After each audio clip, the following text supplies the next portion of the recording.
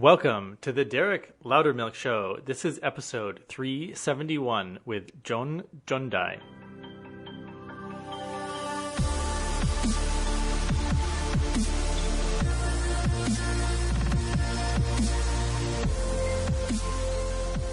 This is a really fun interview with Jon Jandai or Jon Jandai. He's from Thailand. He's a rural farmer from Thailand who became famous for a couple of his TED Talks about how easy and fun life can be. And I like to think of myself as someone who thinks outside the box or that can see things from multiple perspectives. But during this interview, I was surprised at even how some of the things that Jon was saying challenged my perspective about how easy things can be. So I think there's an opportunity here for anybody listening to reevaluate what you really have to be doing in order to be happy in your life. Now, Jon's not just a farmer. He's also an earthen builder. He started a whole movement about helping people build their own homes out of earth in Thailand. He's a seed saver, a teacher, a philosopher, a parent, a father, a community activist, many, many things. But perhaps one of the most important things that he is he brings us a reminder about all the best things that life as a human can bring. Happiness and community and contribution and growing things and being with each other. So now let me introduce you to this wonderful human, Jon Jandai.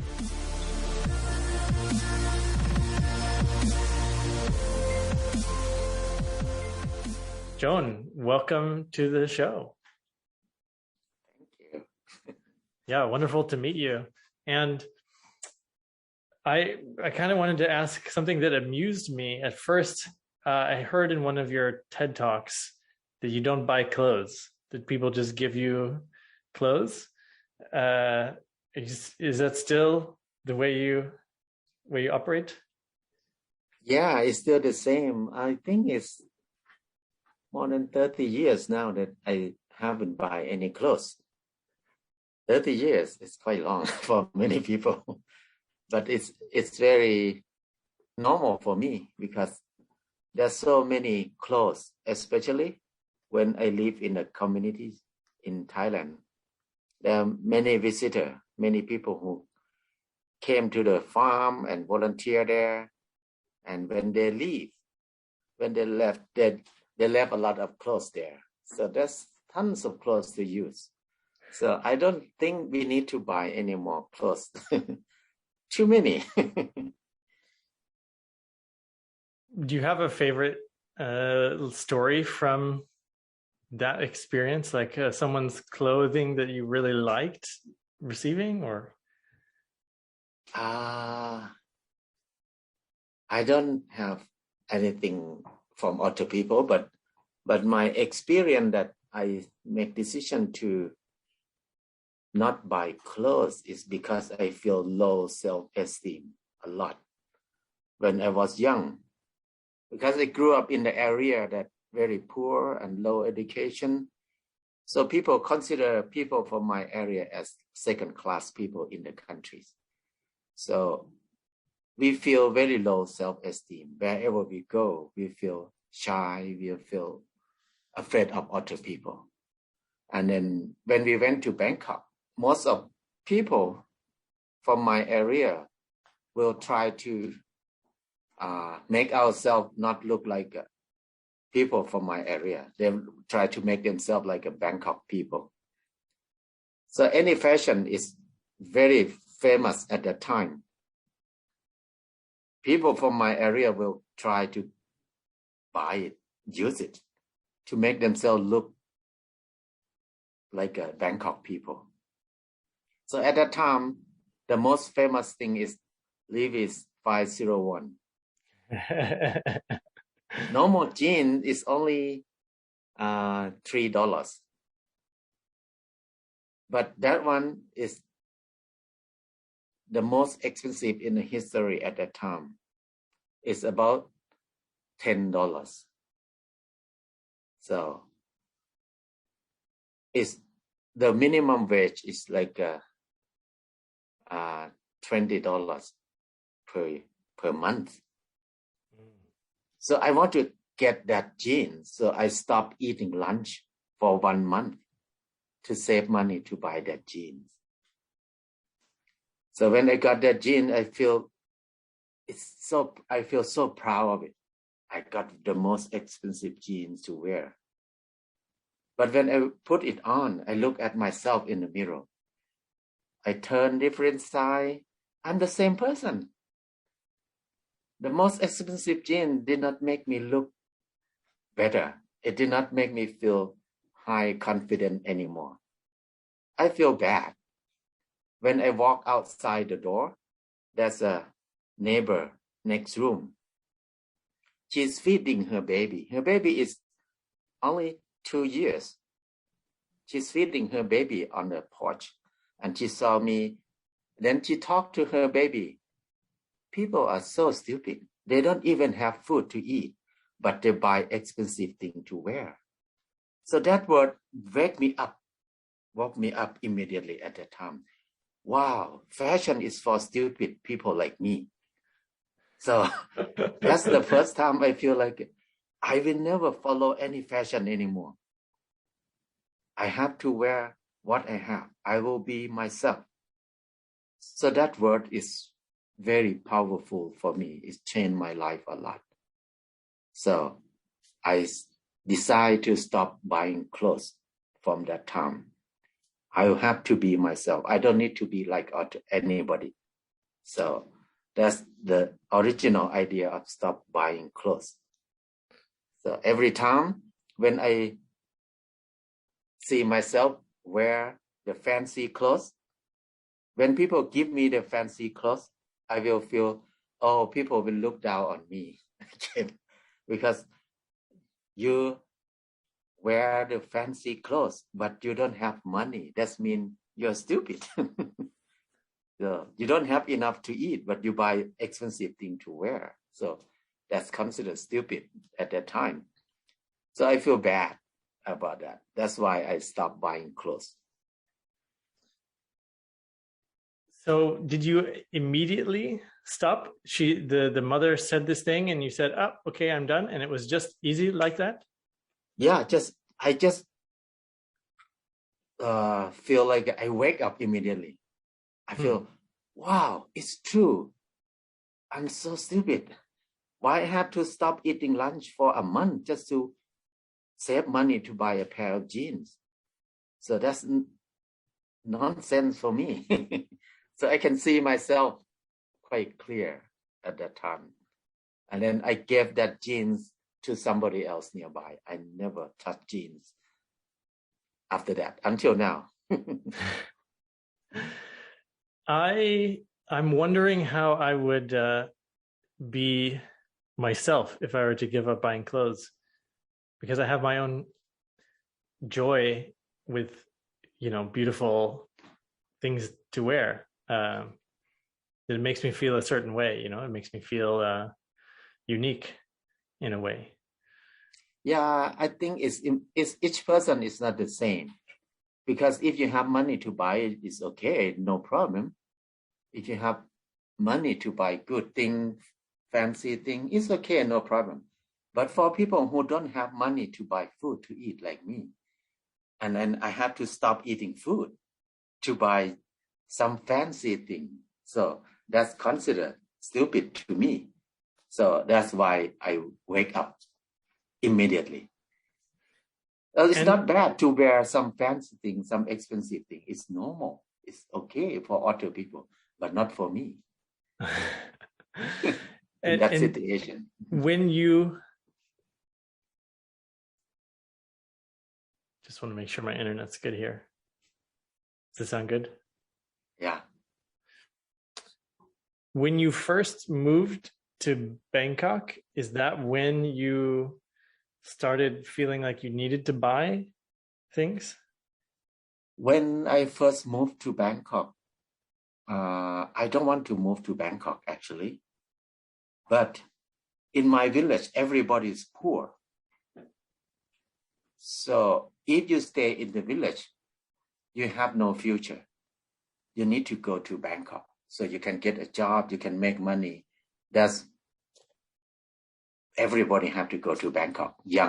Every young people at that time, they want to go to Bangkok. So Bangkok is the place where you can change your status in the society, because only place you can get a job, get money, get education, and everything.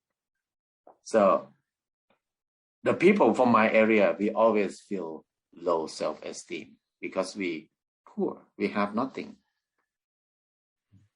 Your village is in the north of Thailand, is that right? In the northeast. Northeast. Yeah, northeast. Near Chiang Mai? No, near Laos, Cambodia. Near Laos, near Cambodia. Northeast. Okay. Yeah. Yeah. I have been to Bangkok. I have been to Bangkok, yeah. And I have been to Laos, but I haven't been in the north. There's no tourists in that area. It's so plain and people are poor. No interesting thing for tourists. So it's very quiet. Okay. Yeah. Mountains? No, not much mountain in that area. It's very rare. In my province, I saw mountain the first time when I was 15 years. Mm. Yeah, that's the first time I saw the mountain. And you went to Bangkok and then you came back to your village. I spent 7 years in Bangkok to study and to work a lot. And then after that, I feel like I work so much. I work every day, no day off for years and years. But I never have enough. I never have saving. I never have a good place to stay. That's something I think is not normal. When people work hard, work a lot, but why we don't have enough to eat? Why we don't have good place to stay? So what happened with our work? What happened with our labor? We work a lot, but we don't get anything returned. So that make me think about this system is wrong. People should not work 8 hours per day, because I think when I look at the birds, the rats, animal, none of them work 8 hours per day, but they have enough to eat. They have good place to stay.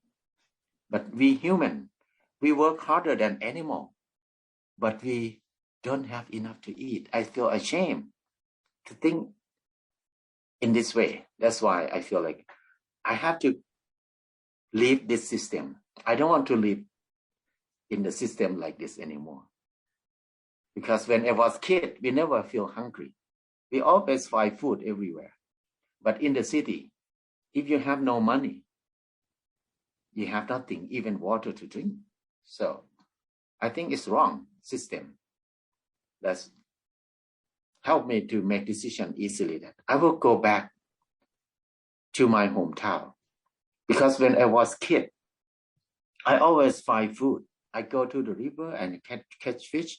I can grow vegetable. I have vegetable. I grow food. I get food. But why I have to live like this? For 7 years, I have nothing. Mm-hmm. So I think when I was a kid, everything is fun. We have a lot of laughing time, a lot of joy. We can go anywhere. We can do anything. Why we don't develop our life in this way? To make it easier and more fun, more joy, more food. But now we develop our life in a way it's more complicated, it's harder, and work more and eat really bad food and no family, no communities, even we live with many people. The more we study, the more we learn, the more we develop, we are more lonely and we have the bad food to eat, no time to rest. Why I have to be like this? So that's the reason that I think I want to go back and develop my life and make my life easier and more fun, more food, more friends, more family. and more time to take a nap. That sounds, it's wonderful. I'm remembering a story, a guest, a friend of mine on the show, he went to Africa. He went to every country in Africa, and he met his wife in Africa, and she came back to the States, and she said, "Oh my gosh, everyone is so busy and productive here." And she said, when I was growing up in Africa, we would sit around and play, even as even as young adults. And she said, everyone is just so their days are so full here, and they're getting a lot done, but it's so different. So yeah, every time I come to America, I feel bad for many people that they have to be busy all the time. They don't have time with their kids at all. Woke up and hurry, everybody's hurry, and then even they work that much, but I don't see like they enjoy their life much. They just make it day by day. So I feel like I don't like the system like this. Many people maybe love it. It's okay for them, but I feel like I have more choice. I have more freedom in my life. I want to enjoy my freedom, to enjoy it, to spend it in the way that I want it to be. So that's why I don't want to live in a developed country much. Mm-hmm. You're in Colorado right now. Yeah. What did you notice this time when you arrived? Like, what's the contrast that you first were aware of between home in Thailand and in the States? I think every time I see the same thing, I see the people so tense, so serious, cannot relax here, and they're busy all the time. And then I feel like I cannot play around much. Everything you need to make money every day. You need to think about to make income because you have a lot of bills to pay. Even you have business, have many things, but you don't have time to rest much. So I feel like it still contrasts with the way I used to live in Thailand. I can go anywhere. If I want to visit my family, I just go anytime. You don't need an appointment. If I want to see anybody, I just go visit them anytime. So no appointment. So I feel like more relaxed in that way. And then we can hang out anytime. We can enjoy with anybody anytime. I feel like it's so different way of living. I'm wondering if there's an intermediate way of living that's somewhere, not for people that aren't fully ready to do it like you're doing it, but maybe they feel too busy, too stressed. What's in the middle? I think there's no right, no wrong. It depends on what you like more. So I think anybody can design their own way of living. So if for people who want the middle way, I think it's not too hard. The main thing is just practice inside us to not follow our emotion. Emotion is about like or don't like. So if we can live in a busy city, busy way of living like this, but if we not follow our feeling much, we don't follow what we like or don't like much, our life can be easy too. So the main thing now is we work very hard, but we spend for our emotion, our feeling. We pay for what we like and don't like, but we never pay for what we need much. So that's why make our life so hard, so complicated now. For example, like people can buy pop soda, can buy expensive coffee, can buy snack all the time, but they don't brave enough to buy organic food to eat because they think it's too expensive. So they okay to buy something like that often and often. So there's a lot of expense on that, but they did not pay for something important for themselves, like good food, no chemical, no hormone, no antiseptic, something like that. So we spend money for something is not necessary for our life so much. That means we spend for our feeling, but we did not spend for our consciousness much, or mindfulness much. That's why we have so many problems. We have so much fear and worry. So I think whatever you are, wherever you are, is not a problem. If you want to have a quiet life, to have a simple life, just follow our mindfulness or consciousness more than our feeling. So it will be easy. What happens when you see something that you really like and you want to buy it? Normally, I will ask myself, is necessary or not? If it's necessary, I will buy it without thinking much. But if it's not necessary, I just walk away. For example, when I was young, many of my friends who get a good job in Bangkok, they have money to buy motorcycle, fancy motorcycle, very expensive. But many of them have to be in debt. I want to have that motorcycle too because I want to go with them. I feel bad. I love it. I want to go with them. So if I have to buy it, I need to borrow money. I have to be in debt. But I asked myself, is that motorcycle necessary for my life? No, not at all, because I don't need it. But it made me feel good to go with my friend. So I will say, okay, I will not buy it. I will see if I don't buy it, what will happen. So I just keep watching my feeling that I want it. I want it. Every day my feeling will tell me that I want it. I want it. I will say, oh, it's okay. Just let it want it like that. Just ignore that feeling. A few years later, this motorcycle is out of date. I don't feel like it anymore.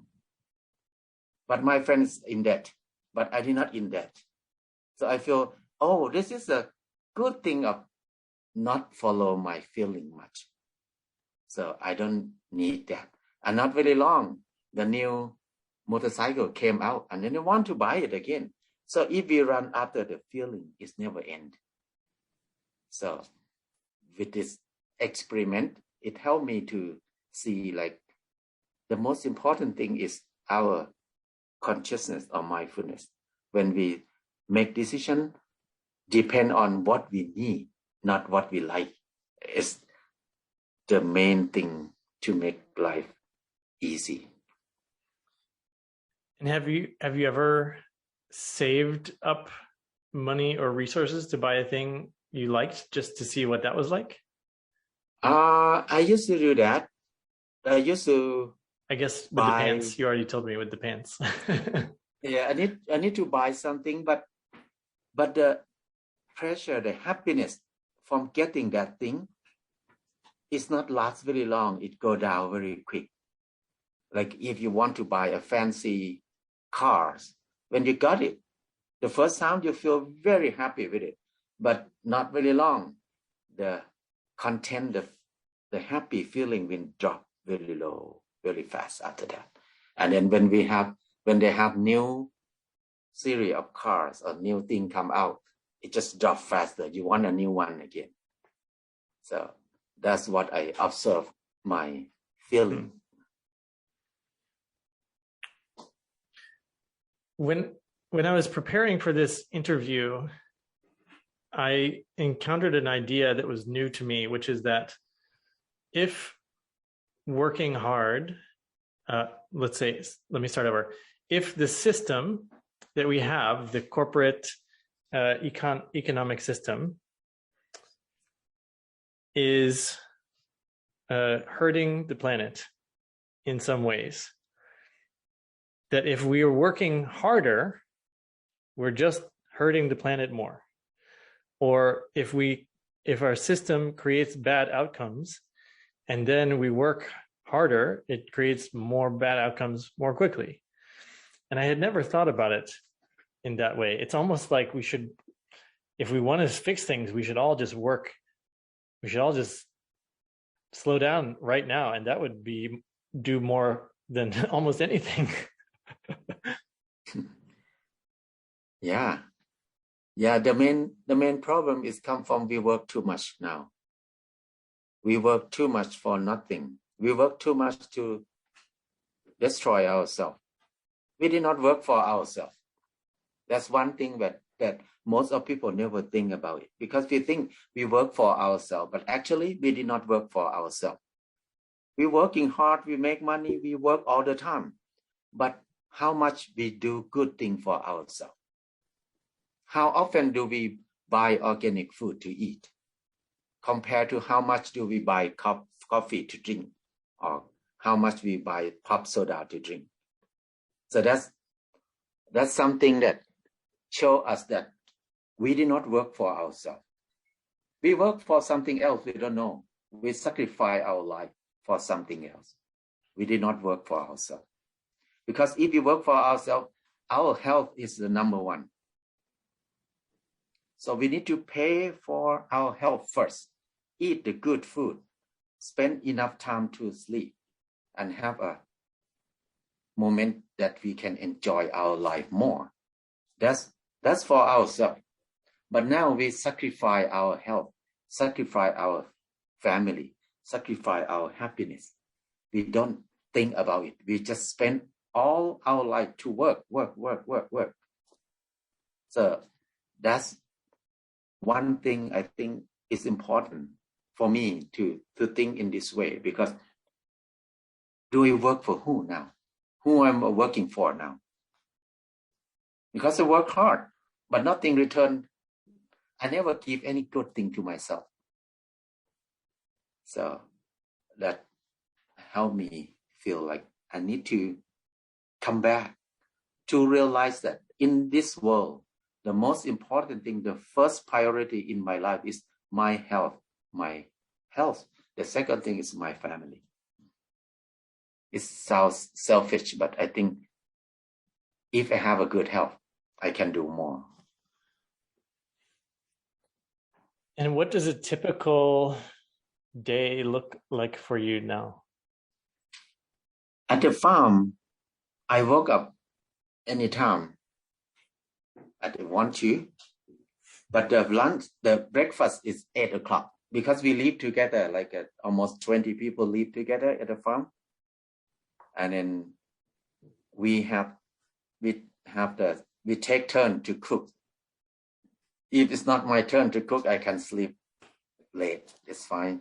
But normally we like to get up at 6 or 7 every day, and then we enjoy in the morning, and then have breakfast. And then I will go to the farm, do something I want to do until 12 o'clock. We have lunch. After lunch, everybody in the farm will take a nap for until 3 o'clock. And then after 3 o'clock, you can do whatever you like to do. You go to gardening, go to building, go to do anything that you like to do until 5 o'clock. 5 o'clock we stop. But many people enjoy their working. They don't stop, they keep working. And our dinner is 6 to 7. After 7, you just do whatever you want. You can play game, you can joking, you can go to bed, you can meditate or whatever. This is a normal routine in our farm, the way we live there. So. And when you have the time that's for doing whatever you want, are you building? Are you reading? Are you doing podcasts? Like, what's normal for you? Normally, I love to spend time in the garden. I love gardening because when I dig the soil, I do something hard. The most precious time for me is in the garden. I spend hours and hours in the garden when I have time. That's the time I feel relaxed. I feel joy. So I will take care of the garden or do seed saving, do things like that. That's the most precious time. But lately I have to travel quite a lot because we start to do networking about seed saving. I need to do a lot of training about seed saving because seed saving is the first priorities for us at the farm. So now I spend time on these topics more. But in general, I love to be in the garden. I feel more relaxed, I feel good. I don't read books normally. No. Okay. I stopped reading books maybe 30 years already. Never read any books. I can read some article a little bit that people send to me. No books, no movie, no song. I don't know movie star. I don't know the singer much. Yeah. How did you know that seed saving, how did it become important to you? I observed from my life. When I was a kid, I used to have many different kind of plants that I love to eat. But later, not many years later, when new seed from the company came to the village, not very long, our own seed disappear very fast. Many old kind of watermelon that we used to have when I was a kid, it disappeared. I cannot find it anymore. Many kind of eggplant disappear. So many things disappear. This is the way I realized that it's quite dangerous to not have seed in our hand. It's quite make me scared because most of the seed from the market is hybrid seed. You cannot save seed anymore. You need to rely on them all the time. Every time you grow, you need to buy, you need to pay. So that's make me think about, I want to do seed saving. This is the most important thing in our life. So that's why I want to spend the rest of my life to do seed saving. Do you think that the companies that came in with the hybrid seeds, do you think they had bad intentions in some way? In general, people said it's good because they develop new seed that make it better. But for me, I feel like they have some another reason behind it. They have some intention to monopolize the seed behind those development. So, because why, if they want to do good thing for us, why the new variety of seed is so weak?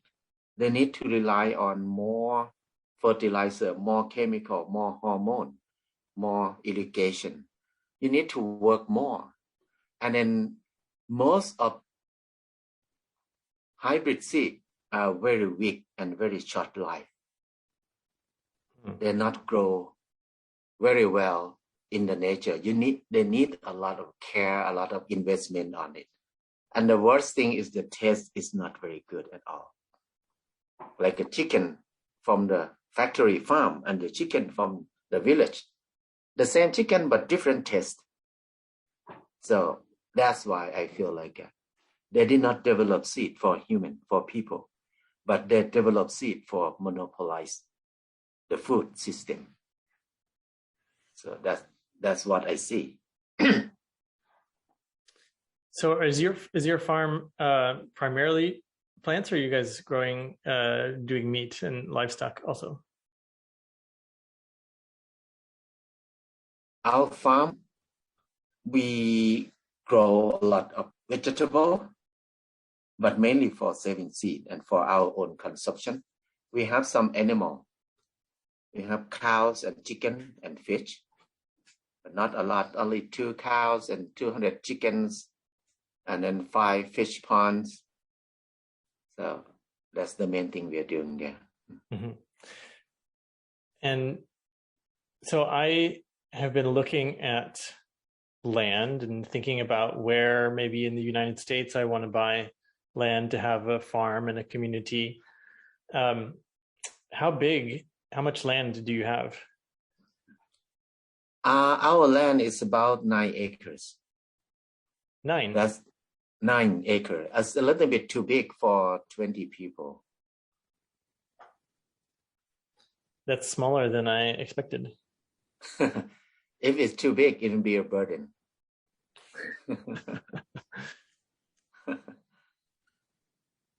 I had Joel Salatin on the show, and he said maybe 1 acre of land per person in the community is reasonable. So that's kind of what I was working. If I was going to have 20 or 50 people, then I should have at least that much land. But he also said leaving half the land is forest is common. Also, yeah, it's depend on where you live. It's depend on the climate in your area. Like we live in tropical, we can grow all year round.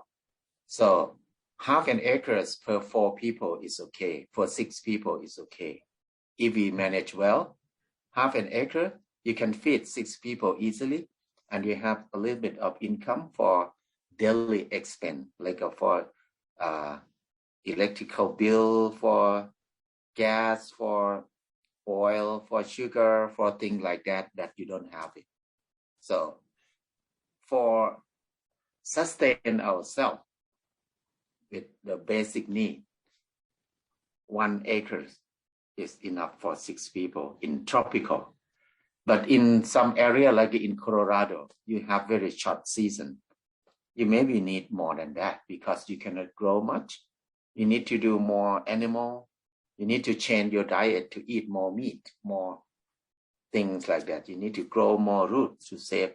So it's different. Everywhere it's not the same. So I think you need to look at your location and what you need to.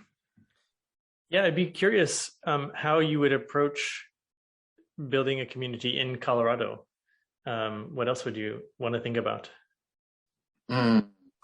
I don't think about I want to do it here, but if I have to do, I think I maybe need about 4, 5 acres here. That should be enough for 10 people.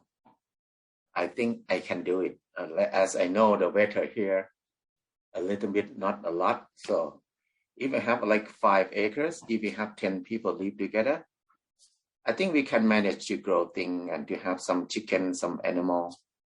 And we can feed our member easily.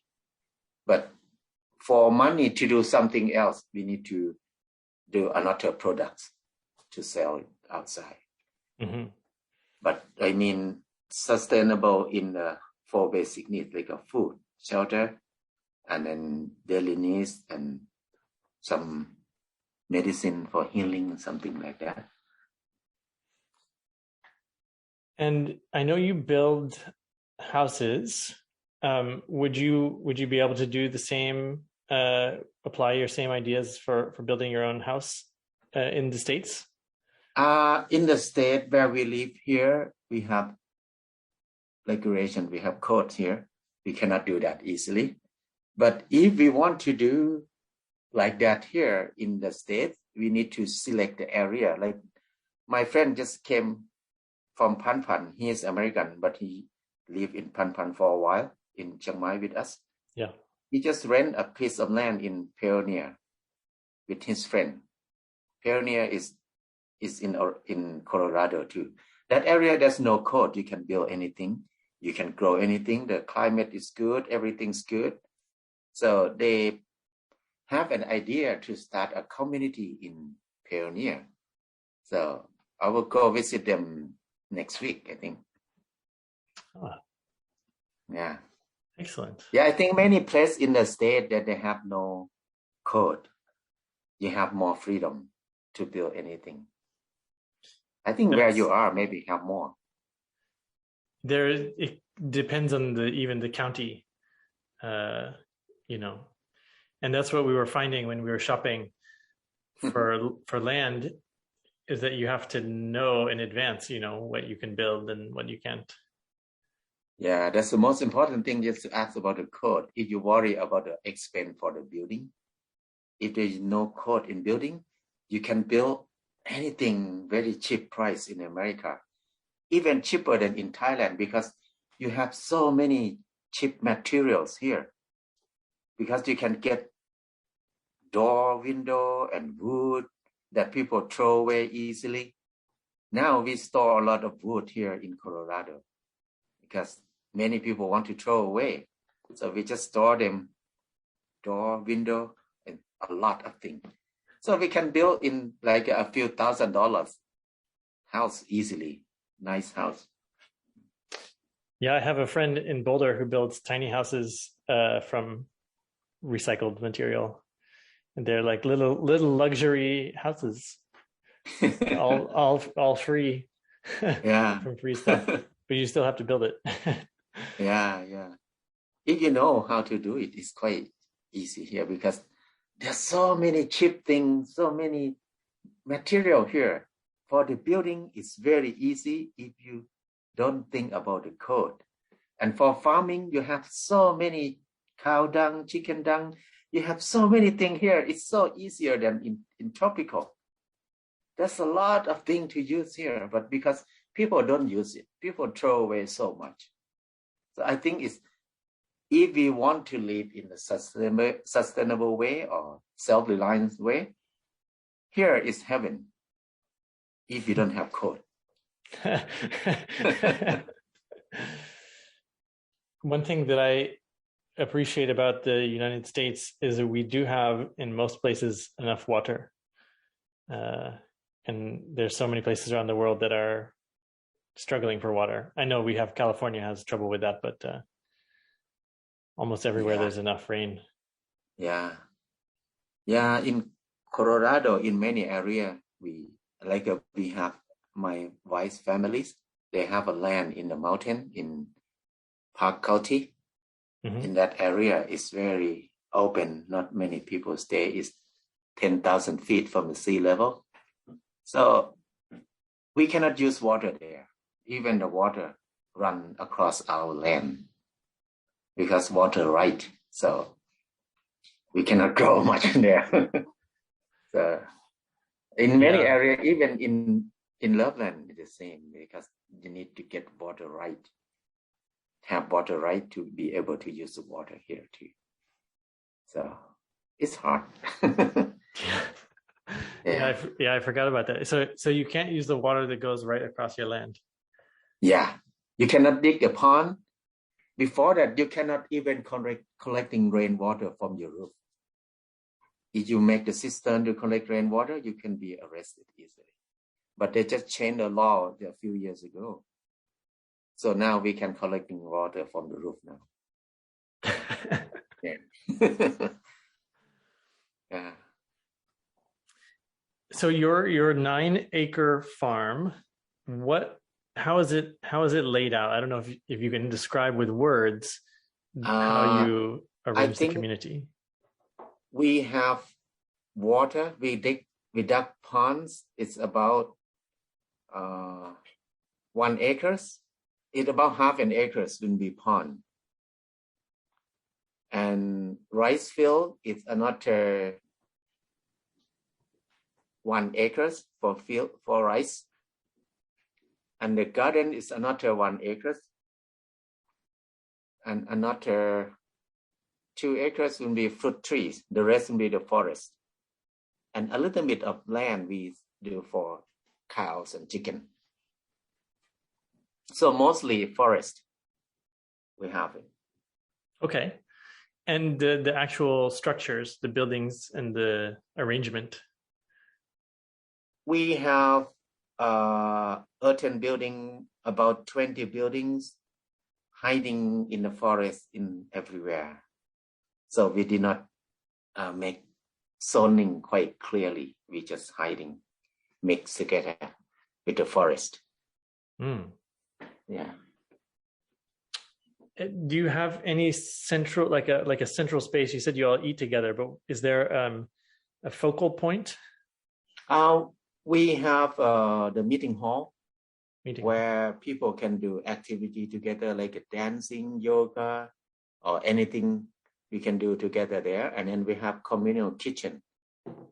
It's a place where we can cook and eat together and we can do activity together in the kitchen also. So mainly people spend most of the time in the kitchen area, because and one side of the kitchen will be the cooking area, another side will be like a dining room. Mm-hmm. So people just hang out there. It's very open. There's no wall. So just hang out and play around a lot there. We don't have, we have only one chicken or one kitchen in the farm. There's no small kitchen. So everybody eat together, cook together, take turn to cook. And our community is like a communist. Nobody own anything. Everything belong to everybody. So it's But people own things outside of the community. not much. No. They mainly we just live together like 24 hours, but every day. And then when we have income, the money will come to community fund. And then the community fund will pay for everything. But most of our expense is we spend on gardening or farming.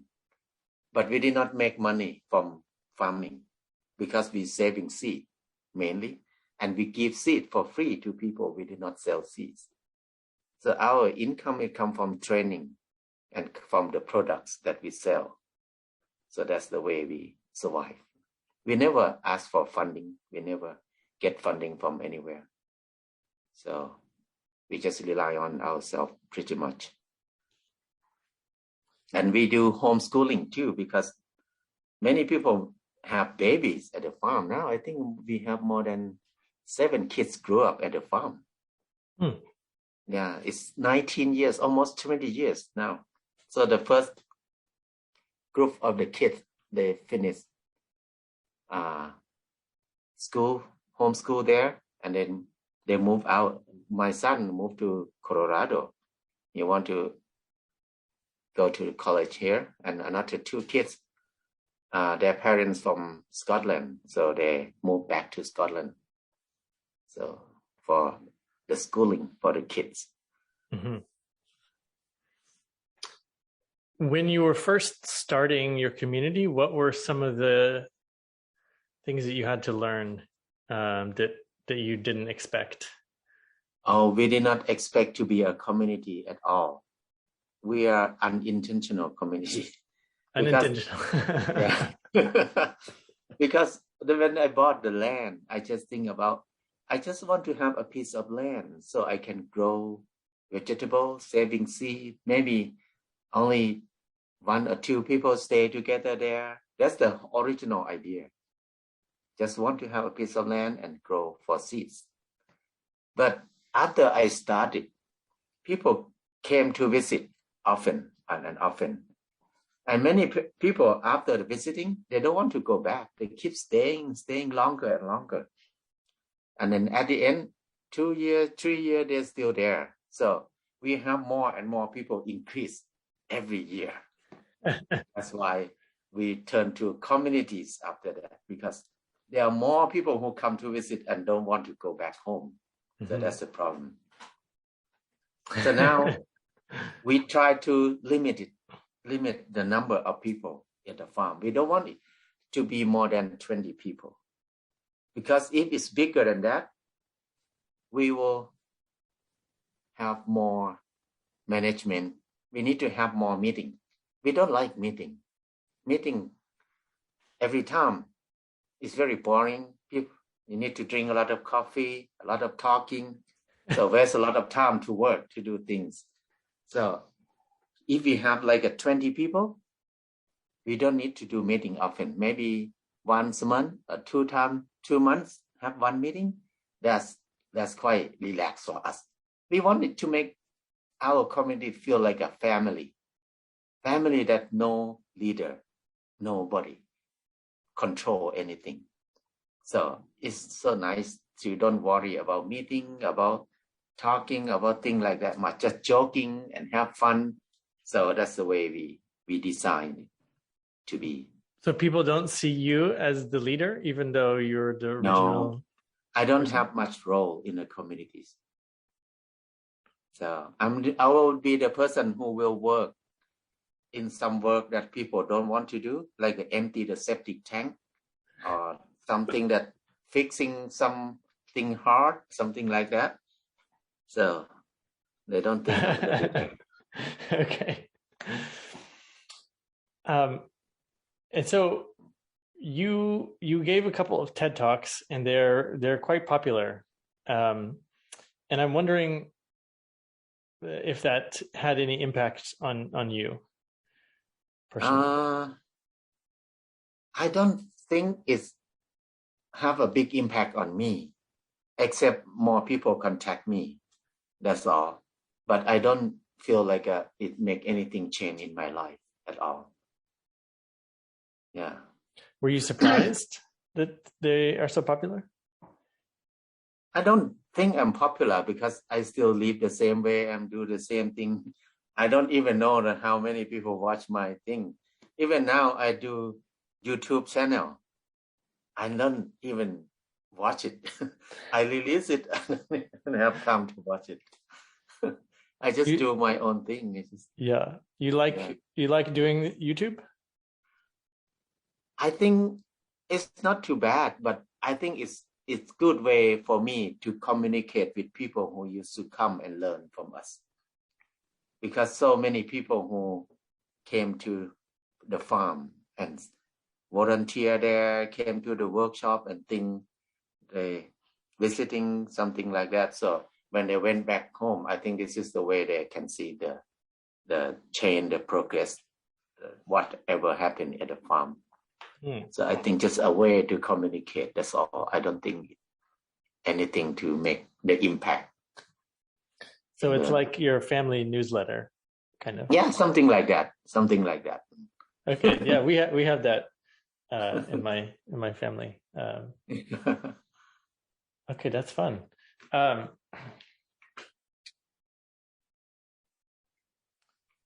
have a couple of kids of my own. They're 3 and 5, and I know that you've spoken and written some about parenting, and yeah, wondering. So partly, in general, you are thinking differently than a lot of people, and I'm wondering if there's anything in the realm of parenting where you were thinking a lot differently, besides just homeschooling. I think parenting is something easy. That's different from many people, because many people think parenting is a burden. It's very hard work. You need to sacrifice a lot of time in your life. You need to make a lot of money to make sure that they have good life. But for us, parenting is easy because we think that we don't need to teach them much. We take care of our kids like the buffalo take care of their calf, like the cows take care of their calves. They don't need to take care of their baby much. They just let their baby roaming and they just eating somewhere, but their eyes looking at their baby. Just let them go, give them freedom. So that's the main thing. We think different from many people, because many people, they try to train their kids to be in this way, to go in this way.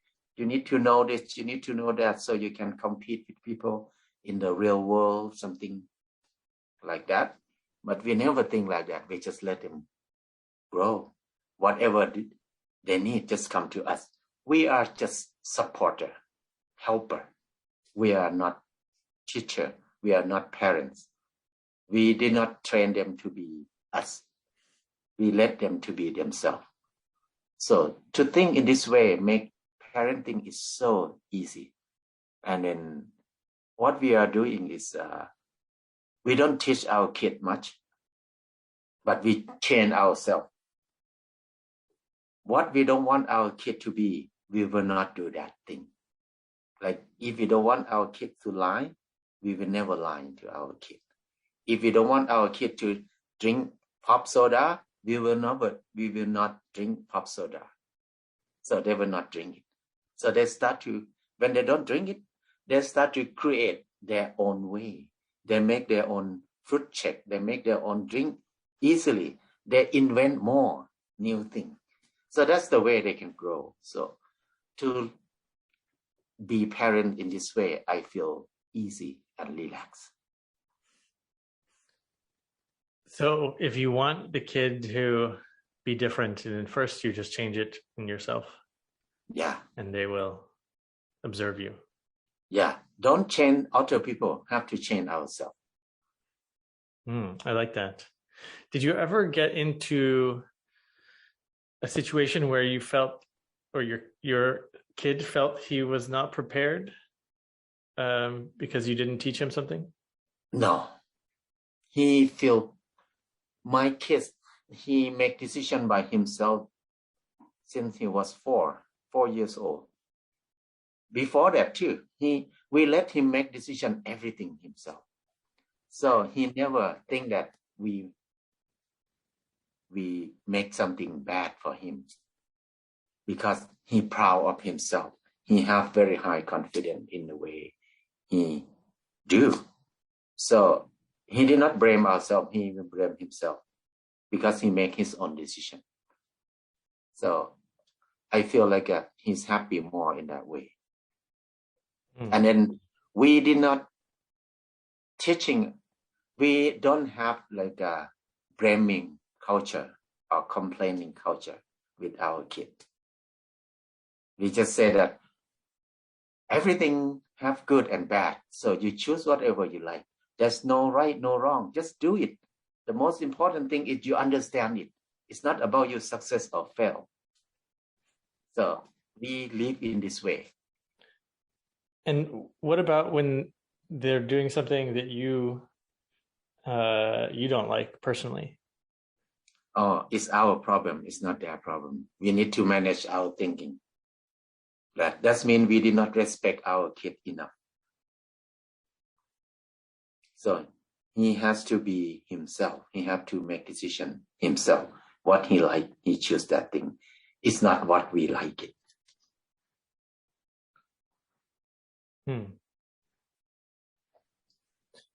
And do you set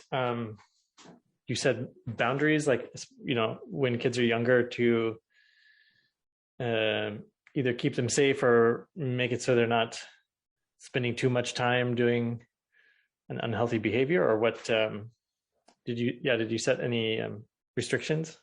We have no restriction, no rule, no boundary. What we give is freedom and love. When kids have enough freedom and they feel enough love, they will not do anything bad for themselves, because they value happiness, they value the freedom and love that is very useful for themselves. So they will not do anything to harm themselves. Like our kid, we never say that, oh, you cannot play game, you cannot do that, you cannot do it. We never say that. Our kid can have a chance to play game, to do anything like that. Every kid, but they never addicted to it, because they have more freedom to play. Game is not very fun. It's fun for people who have less freedom. That's why people are addicted to game, because they have no freedom in their life. But our kids, they have so much freedom. They have so much friends. There's so many things to enjoy on this earth. It's more fun than game. That's why they can play game, but they never addicted to it. So we feel like you don't need to have rule or regulation for them. They just be themselves. So easy. Yeah, that's why. And the first time when we have kids, we worry. Because we think like a normal people. Oh, we need to do that, do this, to prepare that, prepare this. But when we have kids, we talk together. How about if we just let them grow in the way they want it to be? We just become helper or observer. That change the whole thing after that. Mm. How did you meet your wife? Um, she's a exchange student from the state. She went to Thailand to do some study project there, exchange student. And then after that, she finished university. She volunteered with the NGO group in Thailand, with farmer group, like a farmer movement in Thailand. So at that time, I just start the Earthen building movement in Thailand. So I did a lot of Earthen building workshop in Thailand. So she attend the building workshop, and then she liked it. And then she organized the workshop in the community that she worked with, and she invited me to do that. And then we know each other from that time. Mm. Yeah. Yeah, thank you for sharing. So I lived for a while in Bali, in Indonesia, and we would live in a new villa, but in the middle of traditional village. And what's happening is local people are selling their rice fields, maybe not all of them, but some of them, to get a big payday to build a hotel or a villa or something like that. And I was imagining it would be quite hard to say, no, I want to keep my rice as it is, because you could make so much money all at once. What are your thoughts about maybe even advice for local native people in dealing with a tourist industry or a big opportunity like that? It's happened in Thailand too, in many areas. Like in Thailand, there are many places start to be like that. Yeah. Because when they have more tourists, the big amount of money went flood in the village and bought their land very expensive price. And not very long, local people disappear from that community. There's a lot of strangers own the land, become big business. Local people just have no place to be. So that's what happened in Thailand. I think it's hard for them to fight with this thing, to survive. But the main thing that I think about it now is just we try to, if some village they want to do tourist business, we do some training for them. Like we train them to see what do they have, what do they proud of in their area, what they can show to tourists. And then we can train them to start to use their own house, to make homestay, to make something like that and develop from that thing. So they can be the owner of the business. So, and if they organize well, that's one organization they call CBT project, Community-Based Tourism Project. This thing, they did a lot of training like this in the past. I don't know how they're doing now, but in the past, I know them, I help them some. So it's very interesting project that they want local people to be the owner of the business, of tourist business in their area. Like in one village in Thailand, they have about 40 families, and CBT train them how to run things. And then they find the customer for them, advertise for them. So every house they will take turn. Like if they have five tourists come this week and they have 10 family, so the first 5 will get customer, and the next time the next 5 family will get customer. They will take turn, and then they will take like a 10% of their income to a community fund. They use that money to develop the trail, to clean the forest, to do things in their community. So I think this idea is work very well because it's empower villagers a lot. So they can keep their land, they can have more income, they can develop the way they want it to be. So I think it's nice project. Mm-hmm. Yeah. And from a tourist perspective, some of the best memories are, you can stay in a nice hotel anywhere, but you can't stay with the family and play their games with them anywhere. Yeah. I think that kind of tourist, I think the community can design what kind of tourist do you want? You want very rich tourists or backpacking or any kind of tourist? Some like in Nepal, tourists in Nepal, they don't want to drink a lot. They don't want to have drugs a lot like in Thailand. They don't have a lot of prostitute like in Thailand. So they can design their way of business. So it depends on the local people or the villages.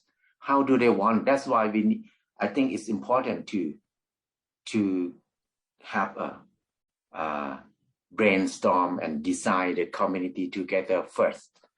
So I think that's important for villagers. Mm-hmm. One of the things that I got from watching your videos is, and we've already talked about this, that you think differently, but how, if somebody wants to think differently, they feel it would help them, how do you know if you've always been thinking the same way as the system, how do you know when you're thinking differently? How do you start to do that? I think normally what make we think the same thing is because the education system. We go to the school, the same curriculum. That school is like the factory that pump people out to think the same way, do the same thing. So there are many moments that everybody will have their own mind, their own thinking. It will come out, but they don't brave enough to do that because the system put a lot of fear on their head that if you don't follow this line, you will be insecure, you will be blamed, you will be failed, you will have a lot of problems. So I think everybody have the different idea, different thinking, but we are not brave enough to bring it into practice. So for me, I feel like the most fun thing in our life is just don't let fear control us. When you're afraid of something, do that thing. Be with that thing. That will make ourselves become ourselves more. So we can be unique, we can be different, we can be ourselves more. But if we have fear, we let fear control us. We cannot do anything different. We have to follow the stream. Could you give an example of a time when you had some fear and you forced yourself to do that thing? For example, I left Bangkok. I went back home. I want to do farming at home. But everybody in my village, they do rice planting. They plant the rice in a small plot, and when the rice tall like 1 foot, they pull them out and they transplant them again. It's very hard work. It's long time. But I don't want to do that. I just want to sow the rice and done. Easier, faster. And people say that, no, you cannot do that. The grass will cover your rice.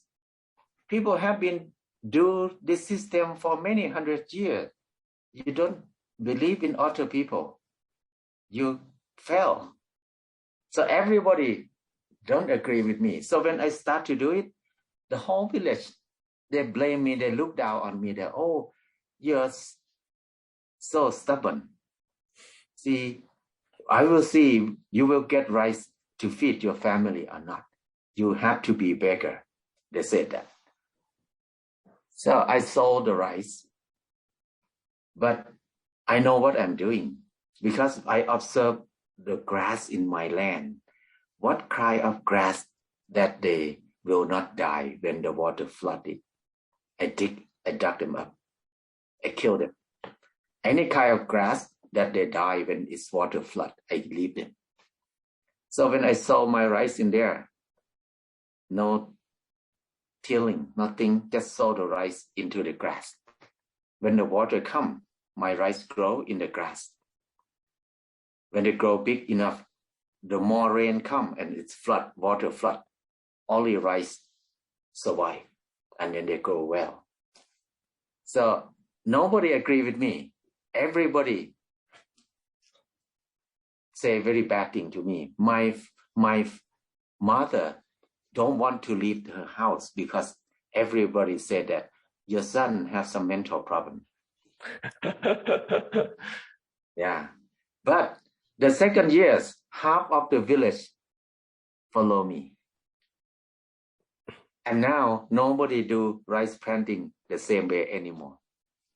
So this is one sample that I feel like if you worry, if you fear, if you worry about what people think about you, you will never do anything new. You have to follow the same technique. That's a really amazing story. Because I've seen people planting rice that way, and it is, in a way, it's romantic. It's like you see the people working, and it's like there's a picture of them with their hats on in the field, and it's like, yeah, you're farming, and also I wouldn't want to do it. Yeah, it's beautiful picture. It's very romantic. Like the student from university, they went out to the country. They saw people carry the water from the well to their house in the sunset evening. It's so nice picture. Yeah. Wow. It looked nice. But do they want to do that? Nobody want to do that. Yeah. Has there ever been a time when you tried something and people said, "Oh, that won't work," and it didn't work? Most of my life is just like that. When we first do homeschooling, when we start to do homeschooling is very new thing in Thailand. So everybody believe in the school system, even they have to pay a lot of money. So when we decide to do homeschooling, people just come to me, "You're crazy, you ruin your kids' future. They will not compete with other people. They will not get a good job. So many people say bad thing to us. So, but when we did, we have no problem. And now there are more and more people in Thailand do homeschooling. So there are many things like this happen. Even Earthen building. When I start the Earthen building the first time, nobody believed that it will be a house. Many friends came watching me. "I want to help you, but I don't want to waste my time. Because if I help you to build a house, when the rain comes, it will melt. So it wastes my time to help you." So everybody don't agree, don't believe that it will work. But when I finish the house, "Oh, it just look like this, so nice." After that, people follow me. So I'm the first person in this era who do earthen building in Thailand. And the beginning is not easy to talk with people. But now, everywhere, people do earthen building in many places in Thailand now. So it's quite normal thing for me to do something different from other people. Is there anything in your life right now that people are saying, that's not going to work? Or does everybody think like, "Oh, Jon, everything he does works. There's something that they don't agree with me much. Like, if you live like this, how to live like this? I have not much income, no saving, no insurance. How can you live like this? So people don't believe that living like this will be possible for them. Yeah, this is one thing that people still question about me. But I feel like I have no problem with it. I have less income than most of people, but I'm not worried because I have so much food. I have so many houses. I have friends everywhere. I have good family, easy families. So I have relaxed home. Even I have no money. So people feel like if you don't have saving, when you're getting old, who will take care of you? So that's what people worry the most. Yeah. But I'm not worried because I grow a lot of fruit trees, a lot of trees. I have a lot of fish pond. So when I'm getting old, I just stay in my farm. I have everything. Even I cannot work, I can go down lie down under the papaya trees. Papaya drop on my mouth. I can survive in this way. So I'm not worried. But I'm not worried really, because when in the near future, if I have fertile land, a lot of fruit tree, a lot of food in my land, people will come to me because we will have less and less food in the world. So people will come. We will have a lot of people because we have a lot to share. Yeah, I've been. I think a lot of, and we're seeing it here in the United States. People realized when the pandemic started, oh, I need to be able to rely on myself to, either protect myself or feed myself or get water for myself. So there is a lot of people moving in that direction. Mm-hmm. And I live in the city, but I'm planting, some food in our little yard. Mm-hmm. And it's nice to just watch things have a growing cycle. I was traveling for many years. I traveled for 7 years, so I never had a garden. And it's a whole new thing for me to see the seasons and, complete 60 days for a food to grow and produce and all of those things. Any advice for people that are thinking about starting a farm or starting a community? I think the main thing is just to experiment, observe and experiment. That's the main thing. Don't try to copy other people because everywhere is not the same. There's no formula that you can use everywhere. So the best way is just try and observe it.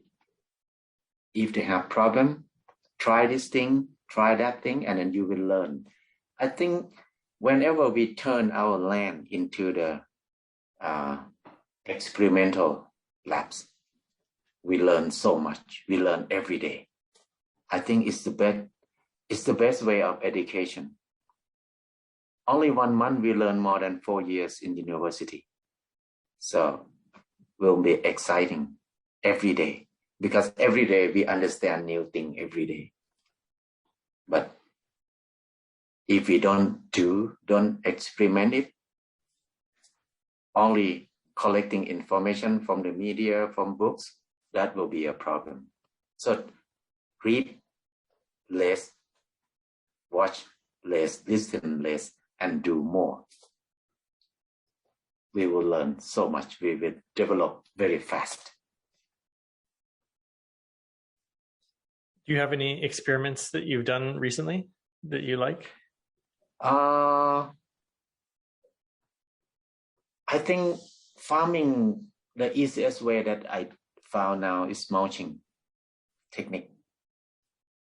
Even the soil is bad, don't worry. What kind of soil, it doesn't matter. Just plant any tree, any fruit tree that you want, and cover with leaves or branches often. Maybe at least 2-3 times a year in tropical country, at least 3 times a year.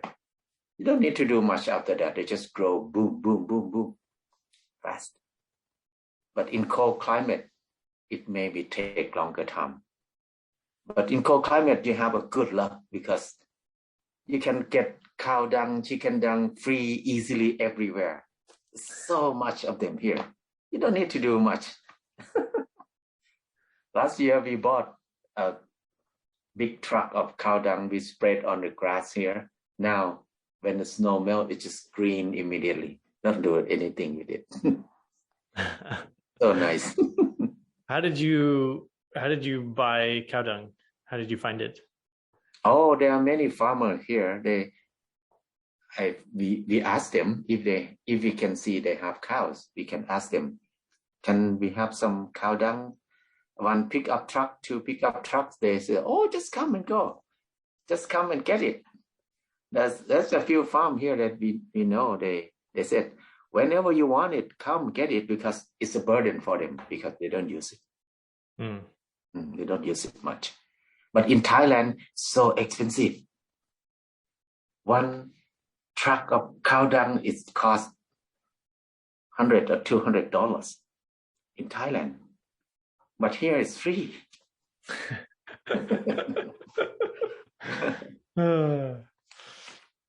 It's really delightful just chatting with you. I'm enjoying it. Thank you. Yeah, I'm wondering if there's stuff that I haven't asked you about. We didn't talk as much about the seeds. Anything else you wanna share that you think is important? I think seed is food. Food is life. If we have no seed, that means we have no food. So seed is like a freedom. Seed is like happiness. If we develop ourselves, have a lot of things, but no seed, no food in our hand, it's not secure. So to have food in our hand is more secure. That's why seed saving is very important thing. We need to come back to the seed saving if you're a farmer. But if you're not a farmer, you need to support people who do seed saving.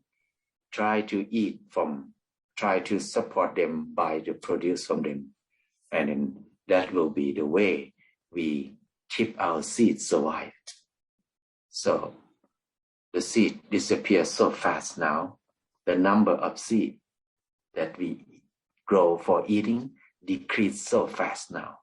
So I think this is the most urgent thing. The biggest crisis now is food for me. And those watermelons that you used to grow, does somebody somewhere have a seed for them? No, disappear. I went to Laos, to Cambodia, to many countries nearby. We never seen it anymore. Some area they said, oh, last 2 years we planted them, but we got the hybrid seed from Thailand. We stopped them. Now we don't have them anymore. So quite too late. It's really long, almost 50 centimeters long watermelon. Wow. Quite long. It's so big and long. And then when I was a kid, I cannot leave it up. So I need to use a rope to tie it and pull it. Yeah, I remember that. It's so good watermelon. When you grow them, you don't need to take care of them. We grow them in the middle of rainy season. Anywhere the land is very high, there's no flooding. We just till the soil and stick the seed in there and leave it like that. 3 months later, it covered with grass, the whole thing. But when you open the grass, you can see a lot of watermelon hiding in the grass. So I just love it because those kind of seed, they grow so well. They have less disease. They're so strong and they taste so good. But they maybe have more seeds, that's all. We can develop them if we can get it back. Yeah, I hope you find it. I hope you find some of those. Yeah, they're out there. They're out there hiding in the grass somewhere on their own, you know? Yeah. But people use Roundup spray everywhere in the country now. Jon, I really enjoyed this chat, and thank you so much for coming and sharing your wisdom with us. Thank you for doing some thing like this too. I hope we can spreading good idea, good thinking to share more with other people.